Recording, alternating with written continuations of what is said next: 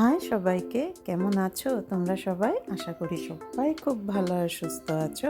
আমরাও ভালোই আছি। কয়েকদিন আগে কি হয়েছে, তো আমাদের বাড়িতে রাত্রবেলা হঠাৎ 10:30 11টা বাজে এরকম একজন ভদ্রলোক এসেছে, আমাদের পরিচিত আর কি, অ্যাসামিস। তো এসে বলছে যে ওনার মিসেস কি আমাদের বাড়িতে এসেছে নাকি, সন্ধ্যার থেকে ওনাকে খুঁজে পাওয়া যাচ্ছে না। তো আমি বললাম না, আসে নাই। তো আমার হাজব্যান্ডও ছিল তখন। তো ওনাদের দুই ছেলে, একজন ক্লাস 10-এ পড়ে আর একজন ক্লাস 3-তে পড়ে। তো ভদ্রলোকের মতে ওনার মিসেস আর কি কারোর সাথে চলে গেছে, বড় ছেলেকে নিয়ে এসেছিল খুঁজতে। তো তখন আমি বললাম যে ফোন নিয়ে গেছে নাকি, সাথে ফোন নাম্বার আছে নাকি? বললো কি না, একটা ভয়েস মেসেজ দিয়েছে শুধু, যে আমি অনেক দূরে চলে গেছি, আমাকে খুঁজবে না তোমরা। তারপর তো মানে ভদ্রলোক আর কি ছেলেকে বলছে, আমাদের সামনেই বলছে, দেখেছিস চলে গেছে তোর মা, কারোর সাথে চলে গেছে। তো এই কথাটা শুনে না আমারও খুব খারাপ লেগেছে, আর আমার বরেরও খুব খারাপ লেগেছে কথাটা শুনে। কারণ যতই যা হোক, তো উনি তো জানে না না যে কোথায় গেছে, কার সাথে গেছে, কি করছে। তো পট করে মানে বাচ্চার সামনে এইভাবে বলতে লাগে না। বাচ্চার সামনে কোনো দিনই মা হোক বাবা হোক মানে খারাপ সেন্সে কোনো কিছু বলতে লাগে না। তো আমারও খুব খারাপ লেগেছে, বরেরও খুব খারাপ লেগেছে। তারপর এই 4-5 দিন আগে তো ওই ভদ্রমহিলা আমাকে ফোন করেছে। ও আবার আমাকে ভীষণ ভালোবাসে।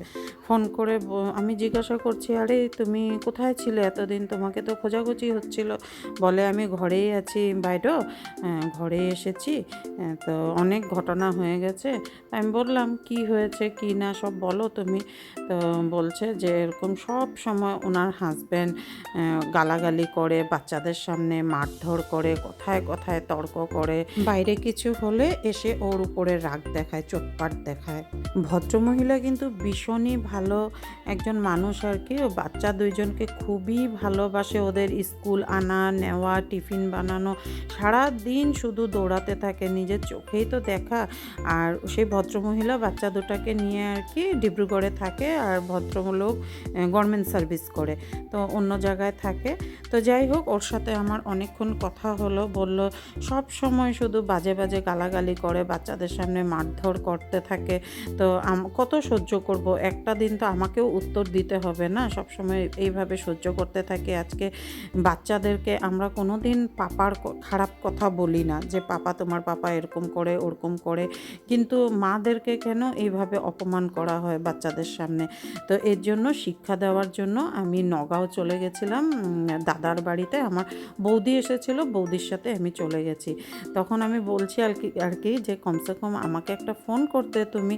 বলছে না, আমি ফোন টোন সব রেখে গেছিলাম যাতে আমাকে খুঁজতেও না পারে। তারপর একটা ভয়েস মেসেজ শুধু রেখে গেছিলাম যে খুঁজতে না। তো ভদ্রমহিলা বলছে আমাকে যে শুধু খারাপ লেগেছে আমার এই জিনিসটাই, যে আমাকে না জেনে না খুঁজে ফট করে বলে দিয়েছে আমি কারো সাথে চলে গেছি। আমার বাচ্চাদেরকেও এটাই বলেছে, কিন্তু এতদিনে কি আমাকে বুঝে নাই যে আমি কীরকম আর কি। করার হলে আরও খারাপ কাজ যদি কিছু করার থাকতো আরও আগেই করতাম আমি, এখন না। তারপর ভদ্রমহিলার দাদা আর কি ওনার হাজব্যান্ডকে ফোন করে বলেছে নগাঁওতে ওর বাপের বাড়িতে আছে আর কি, তো 1 সপ্তাহ পরে গিয়ে নিয়ে আসতে। এখন অনেক রাগ আছে, মাথাটা ঠান্ডা হোক তারপরে নিয়ে আসতে। তো আমাকে বলছে, জানো বাইডো, আমি শুধু শিক্ষা দেওয়ার জন্য করেছি, সব সময় যে ভালো লাগে না এইভাবে অপমান করা।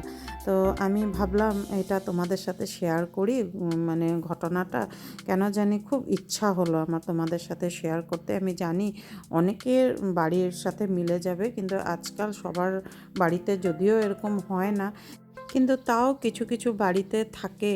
তো বাবারা যেরকম বাচ্চাদের সামনে সুপারম্যান থাকে, মাদেরকেও সেভাবেই সুপার ওমেন বানাতে লাগে। তো আমাকে সেই ভদ্রমহিলা বলছে যে বাইরে কিছু হবে বা ঘরে কিছু হবে, সমস্ত জেদ আমার উপরে উঠায়।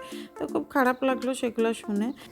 তো যাই হোক, সবাই ভালো থেকো, সুস্থ থেকো। আজকে তাহলে আসি, টাটা।